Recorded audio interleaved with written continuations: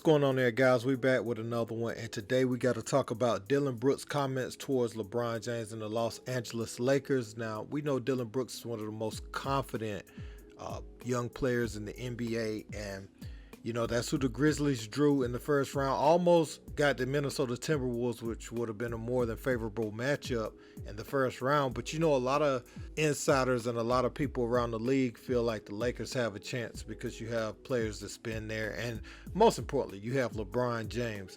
So the team with LeBron James is always a threat. Now the Grizzlies, they've had a better season, but the Lakers, I think, towards the end of the season, they would have had to win 19 of their last, however many it was, 30 or whatever, but they ended up winning 18 of their last 30, won their first play-in game, and now they're firmly secure in the 7th spot, and they play the Memphis Grizzlies in the first round. So Dillon Brooks sent the message to LeBron and the Lakers, and LeBron spoke a little bit about their team. Check it out.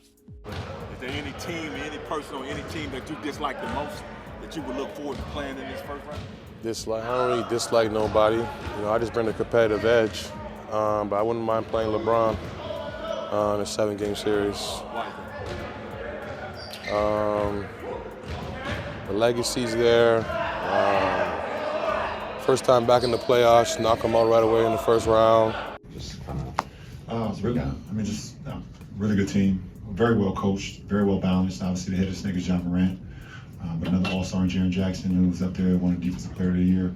His ability to block shots, but offensively, he's very dynamic as well. Tyus Jones, the point guard off the bench, has led the league in an assist-to-turnover ratio like the last 6 years.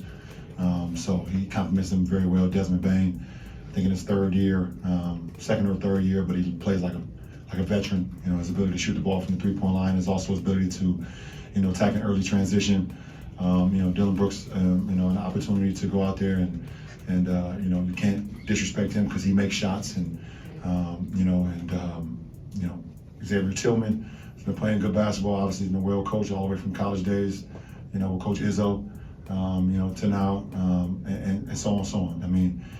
They got Luke Kennard, who broke my scoring record in high school. He passed me in high school, and it's the reason why, because he's a laser from the three-point line.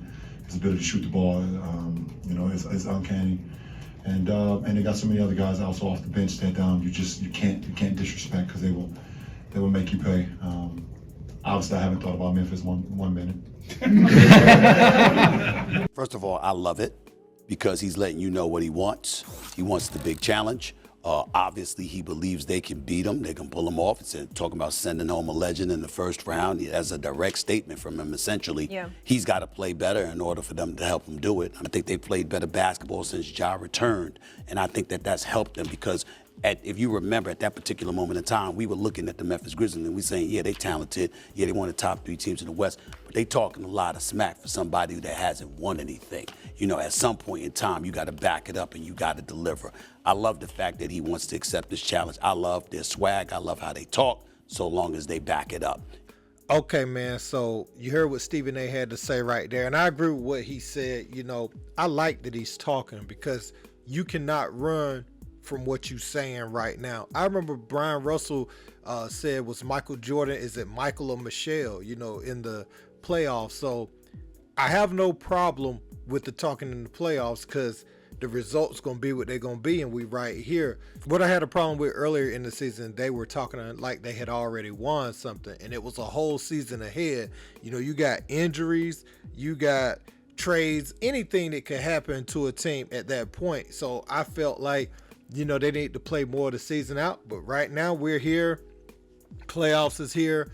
You got LeBron James. This could be a good legacy moment for Jaren Jackson and Ja. Jaren Jackson directly has to play against AD. Now, AD's health is something we always question, but if they are both healthy, this should be a good matchup, of a young player. And AD, he's not old. He's right around, where he should be in his prime. It's just he's been injured a lot. But I think that'll be an interesting matchup. Ja, even though him and LeBron won't be directly on each other, those will be the marquee names in this series. And Dillon Brooks is saying he wants the challenge of LeBron. So when you say that, you know, you got to stand on that, because it sounds good to say that, but then when you have to guard him and he's standing across from you, you know, you have to, one thing he's going to have to do is just make him work on the other end. Like Dillon Brooks is going to have to make some open shots, you know, like, and not get out of his body and try to match LeBron tick for tack. LeBron's going to score, you know, he's going to go on runs. He might score 10 or 12 straight at times. Don't come back trying to answer him. That is not the way to win this series. Got to stay honest on LeBron. You know, when Jaren Jackson's on your side, you got to know who's behind you that's able to contest the shots. And, you know, don't get overly aggressive. If LeBron puts you on the block, you know, I don't think there's nothing you can do about that. But, I mean, again, I like that he's talking. He's probably trying to play a little bit of the mental game too.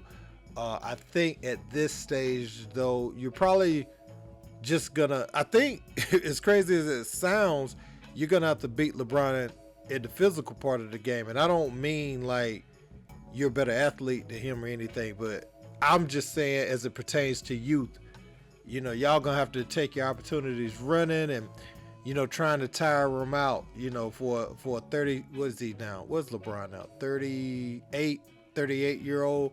You know, you're gonna have to try to make this series as grueling on him as humanly possible, because we know what LeBron's capable of, and we know at times in that series he's gonna be the best player on the floor. There's nothing Ja or you know, Jaren Jackson can do about it. He's LeBron James. You just have to withstand those punches, because they could be knockout blows. You know, LeBron can put you away early in the game, and like I said before, you know, people talk about him not closing out games down the stretch, which, you know, it's been a valid criticism at times in his career.